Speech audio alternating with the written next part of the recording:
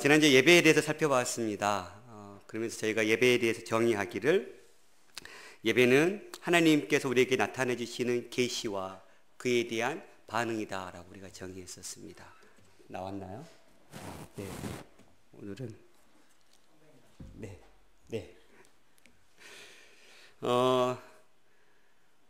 그렇게 우리 예배를 통해서 하나님께 분명히 자신을 나타내 주시고, 나타내시는 하나님 앞에 우리는 어떻게 반응하면서 그에게 그가 나타내신 것에 대한 반응을 보일 것인가가 가장 중요하다라고 말씀을 드렸습니다. 오늘 이 야곱의 우물에서 만났던 이 사마리아 여인은 이제 그 마음속에 영생하도록 솟아나는 그 샘물이 솟아나고 있음을 우리는 발견할 수 있습니다. 특별히 이제 뜨네요. 네. 그 말씀에 대해서 보면서, 예배에 대해서 보면서 구약과 신약의 예배의 큰 차이점을 말씀드렸습니다. 구약은 장소의 개념, 즉 성소나 성전의 개념, 그곳에서 임재하셨던 그 하나님, 이제 신약에 와서는 장소의 개념을 뛰어넘어서 고린도전서 3장 16절, 너희가 하나님의 성전인 것과 하나님의 성령이 너희 안에 거하시는 것을 알지 못하느뇨? 라고 말씀하셨고, 요한복음 1장 14절, 말씀이 육신이 되어 우리 가운데 거하신다라고 말씀하셨습니다. 즉 구약의 예배는 장소에 국한된 예배였다면, 신약의 예배는 우리가 하나님의 성전으로서 우리가 있는 그곳에서 예배드리는 그 순간, 그것이 하나님의 성전이고 그곳에서 드려지는 예배를 하나님께서 흠양하신다라고 우리는 말씀을 통해 깨달았습니다.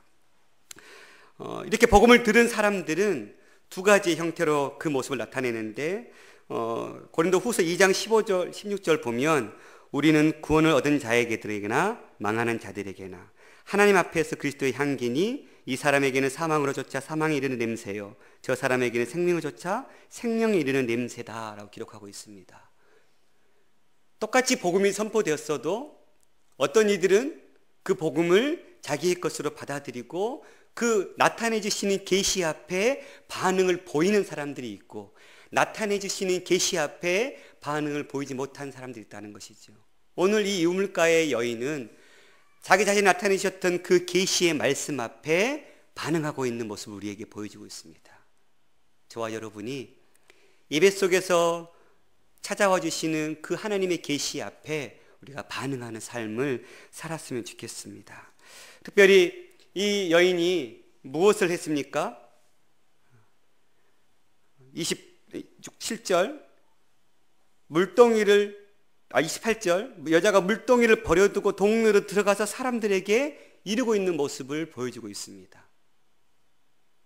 여인은 지금 그 자기 자신을 나타내 계시해 주신 주님과 온전한 그 계시에 대해서 듣고 거기에 반응하는 차원에서 지금 내 모든 과거를 아시는 분, 내가 말씀드리지 않았어도 또 그 어떤 동네 사람도 나를 사람 취급해 주지 아니하고, 남자 다섯 명의 남편이 있었던 나, 그리고 지금 남편도 내 원자 남편이 아닌 대낮에 물들어 온 나를 주님은 알아주셨고, 그런 나에게 찾아오셔서 나의 상한 마음을 고치시고 싸매시고, 그리고 그분이 참 내가 말한 그가 나다라고 말씀하셨던 그 계시 앞에 여인은 깨닫게 되고, 이제 그의 삶의 전부였던 그 물동이를 벗어 던지고 이제는 마을을 향하여서 나가고 있는 모습을 우리는 볼 수 있는 것입니다. 그 여인이 그 동네에 들어가서 말씀합니다. 내가 행한 모든 일을 내게 말한 사람을 와서 보라. 이는 그리스도가 아니냐. 여러분은 주님을 만나셨습니까? 그리고 그 만난 경험을 가지고 어떻게 반응하십니까? 이 여인은 지금 자기에게 찾아오신 그 주님에 대한 분명한 반응을 보이고 있습니다. 와서 봐라. 내 모든 삶을 다 깨트려 보신 그분이 하나님의 아들이 아니고서야 어찌 알 수 있겠느냐. 그분이 지금 우리 마을에 오셨다. 그러니 가서 그분을 만나자 하고 적극적인 자세를 취하고 있습니다. 여러분 생각해 보십시오. 본문이 분명하게 나타내고 있지는 않지만 그 여인의 형편이 온전한 귀족의 부인도 아니고, 그렇다고 한 남자를 청순하게 사랑하면서 아름다운 가정을 꾸려가고 있는 상황도 아니고, 남편 여섯 번째 남편을 만나고 있는 그의 여자의 형편, 그가 감히 마을 사람들 앞에 가서 내가 만났던 그 주님에 대해서 얘기했을 때에 과연 마을 사람들이 어떻게 반응할까? 나같이 미천한 사람, 나같이 천한 사람이 이렇게 예수 그리스도를 초청할 때 과연 내 말 앞에 우리 마을 사람들이 내 말을 들어줄까? 이런 두려움이 있지 않았을까요? 우리는 무언가 다른 사람 앞에 내 모습이 반듯하고 내 모습이 다른 사람 보기에 추해 보이지 않을 때는 그 누군가에게 우리의 것을 전할 때는 참 쉽지만, 그러나 그 상대방에 비해서 내 모습이 너무 초라할 때는 나를 나타내기가 참 어렵습니다. 그런데 이 여인은 자기의 모든 과거, 자기의 모든 삶의 부분들을 다 하나님 앞에 내려놓았습니다. 마치 저와 여러분이 예수 그리스도 앞에 우리의 지난날의 형편이 어떠했는지 상관없이 주님은 우리 있는 모습 그대로를 받아주셨고, 그 주 앞에 내 모습 그대로 들고 나아갈 때 우리 주님은 잘했다, 내가 너 기다렸다, 내가 너를 안다. 우리는 이런 용서함을 받으신 그런 사람들 아닙니까? 그 사랑으로, 그 받은 경험으로 지금 이 여인은 나가고 있는 것입니다.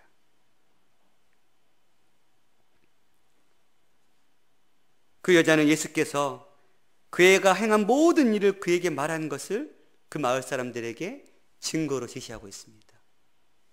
그러면서 와서 보라라고 얘기하고 있습니다. 그랬더니 30절에 그들이 동네에서 나와 예수께 왔습니다. 하찮은 여인의 말 앞에 과연 저 여인이 평상시에는 우리에게 말도 제대로 못 걸고 해가 뜨지 않는 그 오전에 우리와 같이 물도 들어갈 수 없었던 저 여인이, 우리를 피해서 대낮에 물을 뜨러왔던 저 여인이 누구를 만났길래 도대체 저렇게 감격한 그 흥분됨으로 우리 앞에 와서 보라라고 말하는 것일까? 저 여인이 만난 사람이 누굴까? 이러한 궁금증을 그들은 갖고 있지 않았을까요? 하나님께서는 준비된 자들에게 주님 만나 주십니다. 하나님께서 사람을 준비시키시고 구원하십니다. 사람이 준비란 자신의 제약됨과 허무함과 부족함과 연약함을 깨닫고 온전히 하나님의 긍휼과 그 구원을 갈망하는 그 마음뿐입니다. 이 여인과 이 마을 사람들은 미리어 짐작해 보건대 이 다시 오실 메시아에 대한 그 열망들, 그 구약에서 계속부터 얘기하고 있는 그 선지자가 올 것을 그들은 기다리고 있었고, 그 소식 앞에 그들은 지금 온전히 반응하고 있는 것입니다. 그렇게 마을 사람들이 전화간 사이에 이제 제자들과의 이야기가 등장하고 있습니다. 주님 배고프실 테니 이 음식 좀 드십시오 하고 갖다 주셨더니 주님 엉뚱하게 말씀하십니다. 34절, 나의 양식은 나를 보내신 이의 뜻을 행하며 그의 일을 온전히 이루는 이것이다. 이 말 앞에 제자들은 서로 야 누가 양식 갖다 주셨냐? 누가 갖다 줬지? 의문하고 있는 것입니다. 여기서 말하고 있는 이 양식, 보내신 이의 뜻을 행하고 그의 일을 온전히 이루는 이것, 무엇을 얘기하고 있습니까? 본문이 분명하게 제시하고 있는 원뜻은 영혼 구원이지. 지금 주님은 무엇을 하셨습니까? 죽어가던 사마리아 여인을 찾아오셔서 죽어가던 그 사마리아 여인에게 생명을 지금 던져 주었습니다. 영혼 구원의 선물을 지금 주님은 주셨습니다. 그러니 내게는 너희가 알지 못하는 먹을 양식이 있다. 지금 주님은 뭐 하셨습니까? 영혼 구원의 양식을 지금 한 숟가락 뜨신 것이죠. 그러면서 나의 양식은 나를 보내신 이의 뜻을 행하고 그의 일을 온전히 이루는 이것, 바로 영혼을 건져내는 이것에 있다 라고 주님은 말씀하고 있는 것입니다. 영혼 구원이라는 것, 이 양식이 영혼 구원이라는 근거의 말씀들이 있습니다. 요한복음 6장 29절 다 함께 읽어볼까요? 하나님의 보내신 자를 믿는 것이 하나님의 일이니라. 보내신 자가 누구이십니까? 예수 그리스도시요. 그것을 믿는 자가 하나님의 일. 요한복음 6장 39절 같이 읽을까요? 나를 보내신 이의 뜻은 내게 주신 자 중에 내가 하나도 잃어버리지 아니하고 마지막 날에 다시 살리는 이것이니라. 영혼 구원은 주께서 가장 기뻐하시고 가장 즐거워하시는 그의 양식입니다. 여러분 안에 거하신 분이 누구십니까? 지금 여러분의 마음 심령 속에 거하신 분이 누구십니까? 보혜사 성령 하나님이시죠. 그러면 그분이 여러분 안에 거하시면서 먹는 양식은 무엇입니까?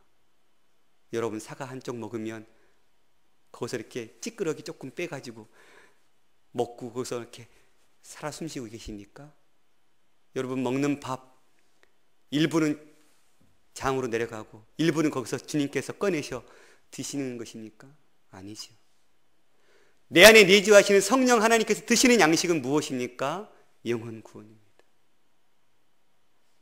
여러분이 그분께 들을 수 있는 최고의 양식은 여러분의 삶을 통해서 예수 그리스도의 그 복음을 선포하고 전하는 것, 죽어가는 생명들이 돌아오게 하는 일에 여러분의 삶을 드리는 것, 그것이 그 주님께서 내 안에 내주하시는 그 주님께서 가장 기뻐하시고 원하시는 참된 양식이라고 말씀하고 있는 것입니다. 이것이 본문이 말씀하고 있는 양식의 의미라면 이걸 좀 더 우리가 우리의 삶 가운데 적용해서 살펴본다면 단순히 영혼 구원, 그 영혼 구원이 말로만 되는 것입니까? 우리의 삶이 우리의 삶 속에 그 생명의 생수가 넘쳐나지 아니하면 말로 외치는 영혼 구원의 소식은 파워가 없습니다. 내 삶이 영혼 구원을 전하는 삶에 맞게 사라져야 되는 것이죠. 행함이 없는 믿음은 죽은 것이라고 말씀하고 있는, 단순히 입술로만 고백하고 전하는 영혼 구원의 생명의 메시지가 아니라 여러분의 삶을 통해서 믿지 않는 사람들이 여러분의 행동을 보고 여러분의 언행을 보고 저 사람이 과연 누구간데 저 어려운 상황 속에서 나랑 똑같이 지금 험난한 길을 걷고 있는데 왜 나는 좌절하고 낭망하고 쓰러져서 지금 허덕이고 있는데 저 친구는 저렇게 입가에 미소가 떠나지 않고 기뻐함으로 즐거움으로 저렇게 살아가는가? 도대체 저 친구가 저렇게 살아가는 이유는 무엇인가? 이것은 우리의 삶을 통해서 보여지는 것 외에는 없습니다. 그렇다면 이것을 한마디로 요약하면 삶의 예배죠. 여러분이 흩어져서 여러분이 있는 곳에서 여러분 한 사람의 성전으로서 여러분의 행동 하나하나, 여러분의 말 한마디 한마디가 영혼 구원의 메시지를 던져주는 그 일에 쓰임받는 삶이 되었으면 좋겠습니다.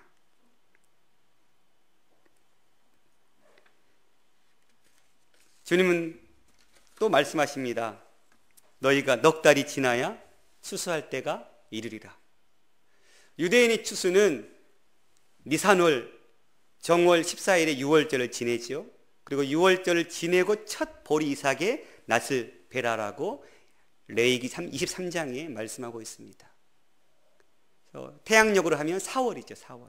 그러니까 4월쯤에 이제 첫 이삭을, 보리 이삭을 메고 그 다음 한 달쯤 지나서 밀 이삭을 5월쯤에 수확하는 그런 절기를 그들은 갖고 있습니다.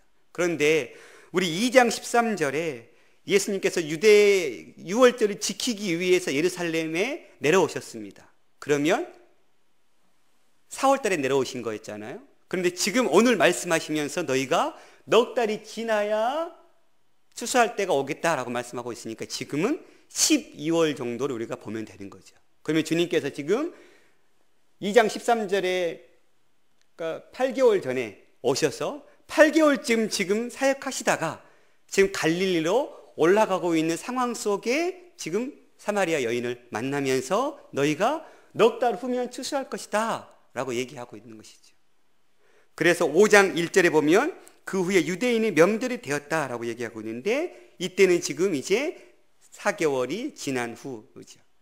근데 많은 또 일부분의 학자들, 칼빈과 같은 신학자들은 여기서 5장 1절에 등장하고 있는 이 유대인의 명절은 유월절이 아닌 오순절이다, 또 혹은 초막절이다 이렇게 주장하시는 분도 있지만 또 대다수의 많은 학자들은 이 유월절도 유대인의 명절도 유월절이다. 그래서 예수님의 공생애 가운데 4번의 유월절을 지키셨다라고, 그래서 그 4번의 유월절을 계산해서 예수님의 공생의 기간이 만 3년이다 이렇게 얘기를 하고 있습니다. 요한복음에는 3번의 분명한 유월절을 지키러 내려가신 예수님의 그 모습들이 등장합니다. 요한복음 2장 13절, 6장 4절, 11장 55절.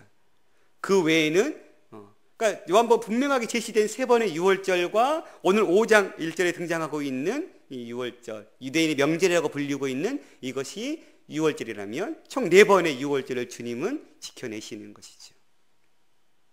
어찌됐건 주님이 이 말씀하시는 이유는 무엇입니까?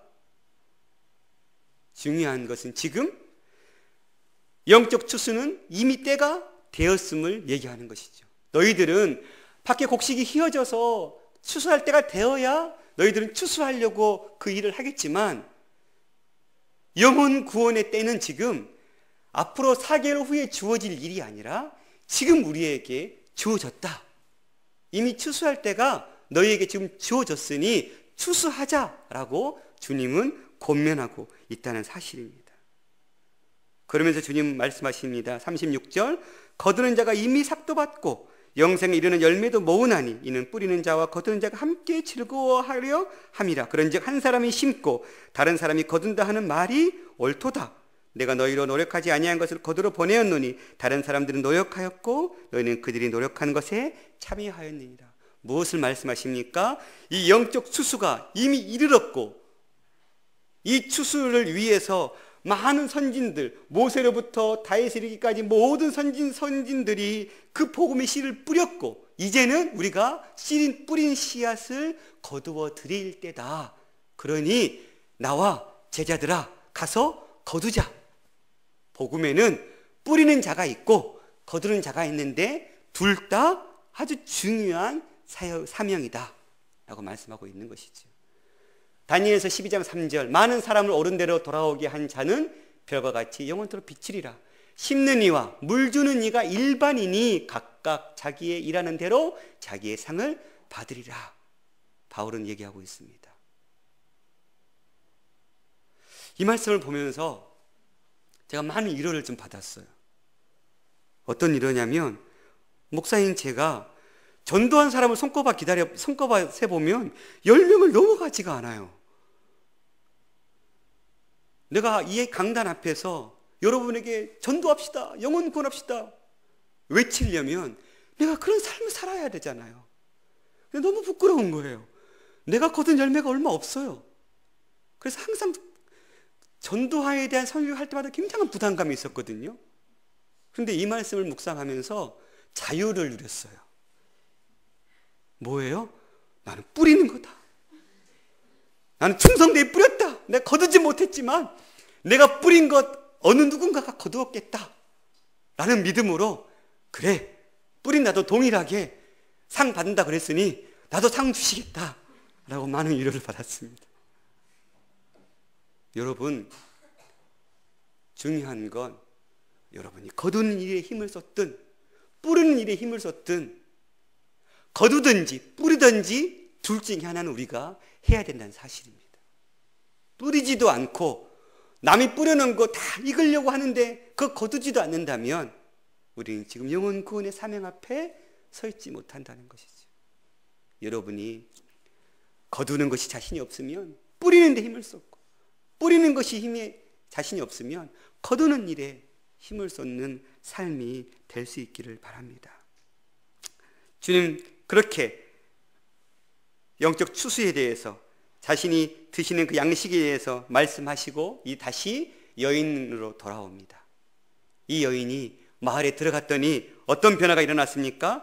여자의 말이 내가 행한 모든 것을 그가 내게 말하였다 증언하므로 그 동네 중에 많은 사마리아인이 예수를 믿는지라.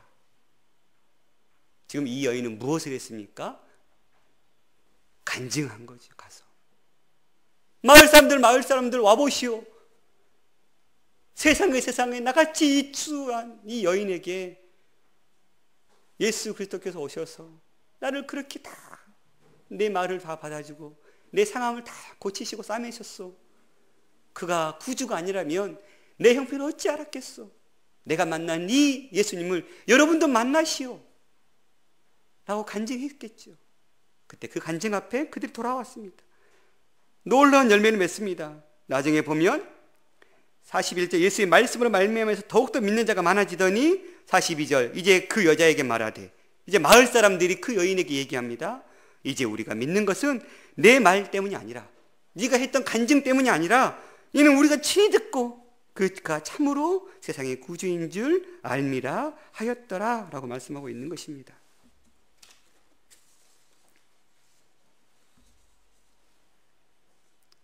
사랑하는 성도, 사랑하는 청년 여러분, 여러분은 여러분의 삶 가운데 어떤 간증이 있습니까? 여러분 그 간증을 들고 어디에 가고 계십니까? 우리의 삶 가운데 찾아오셔서 우리의 인생 가운데 때는 고난 속에 우리를 건져 넣으시고 풍랑 속에 우리를 건져내신 그 주님을 늘 증거하는 삶이 되어야 될 줄 믿습니다. 우리가 그렇게 주님과 동행하는 단 하나의 이유는 나와 함께 동행하셨던 그분을 증거하기 위함인 줄 믿습니다. 내게 그렇게 하나님께서 놀라운 은혜를 베풀으셨는데 입싹 닦아버린 삶을 살다면 주께서 우리를 그 구렁텅이에서 건져내어 주실 이유가 어디에 있겠습니까? 말씀을 마치겠습니다. 오늘 우리 본문 교훈을 통해서 우리도 하나님의 뜻을 행하고 그 일을 완수하는 것을 우리의 양식으로 삼았으면 좋겠습니다. 사람들은 돈만 벌고 밥만 먹고 잠만 자며 사는 존재가 아닙니다. 하나님께서는 우리를 하나님을 찬송하며 그분을 영화롭게 하며 즐거워하는 것이 우리 인생의 참 목적임을 말씀하고 있습니다. 그리고 그 하나님으로부터 인생의 참된 목적을 깨달았다면 우리는 그분이 기뻐하시는 그 양식을 그분께 돌려드리는 삶을 살아야 할 줄 믿습니다. 하나님의 뜻과 그의 일, 예수 그리스도를 믿는 일, 이 영혼 구원하는 일, 이 일에 저와 여러분이 삶의 목표로 삼고 살아갈 수 있었으면 좋겠습니다.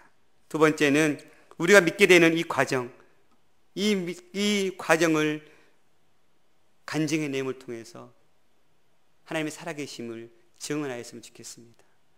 단순히 누구에게 들은 하나님이 아니라, 단순히 말씀 속에서 깨달은 하나님이 아니라 여러분의 인생 가운데 찾아오셔서 각양각색의 모습 속에 처해 있는 여러분에게 여러분을 건져내셨던 그 하나님을 만났던 그 간증을 들고 하나님을 전하는 일에 힘썼으면 좋겠습니다. 그러려면 여러분이 그 주님을 만나야죠. 하나님 살아계십니다. 말씀 속에만 죽어 계신 하나님이 아니십니다. 천지를 운행하시는 그분께서 지금도 저와 여러분의 삶을 붙들고 계시는 살아계신 하나님이십니다. 하나님이 살아계시다면 저와 여러분의 삶을 분명하게 붙들고 이끌어 가실 줄 믿습니다. 그 주님과 매일매일 동행하시면서 만났던 그 주님의 역사를 전하십시오. 여러분의 간증이 주관의 생명을 살려내는 일에 쓰일 줄 믿습니다. 찬양하겠습니다.